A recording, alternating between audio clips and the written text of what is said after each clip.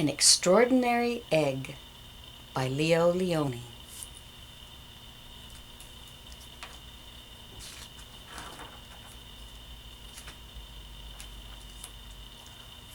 On Pebble Island there lived 3 frogs, Marilyn, August, and the one who was always somewhere else.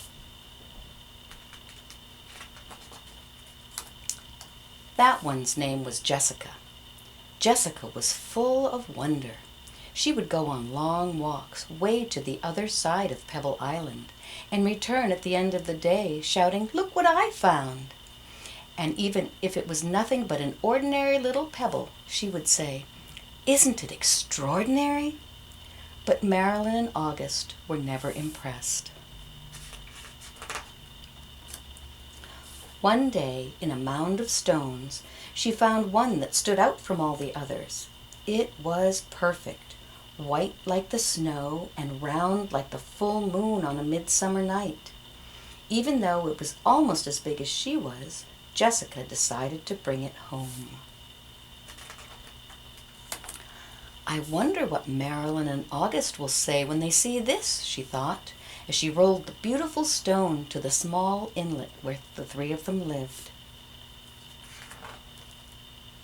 "Look what I found!" she shouted triumphantly. "A huge pebble!" This time Marilyn and August were truly astonished. "That is not a pebble," said Marilyn, who knew everything about everything.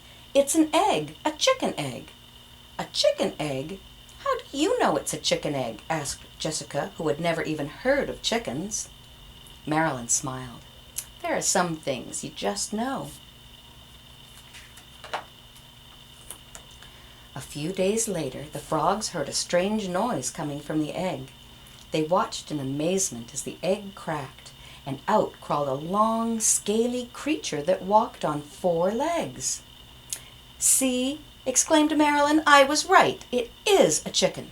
"A chicken!" they all shouted.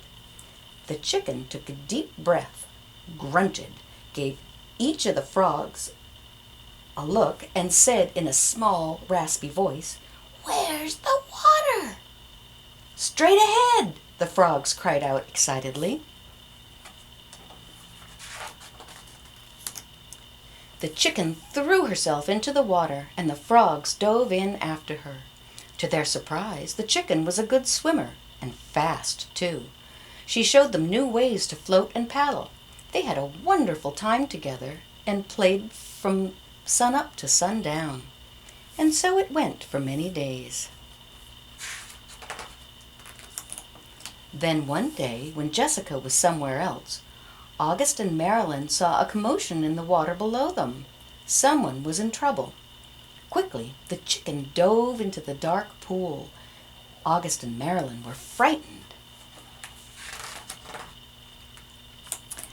After a few long moments, the chicken reappeared, carrying Jessica. "I'm all right," she called. "I got tangled in the weeds, but the chicken saved me."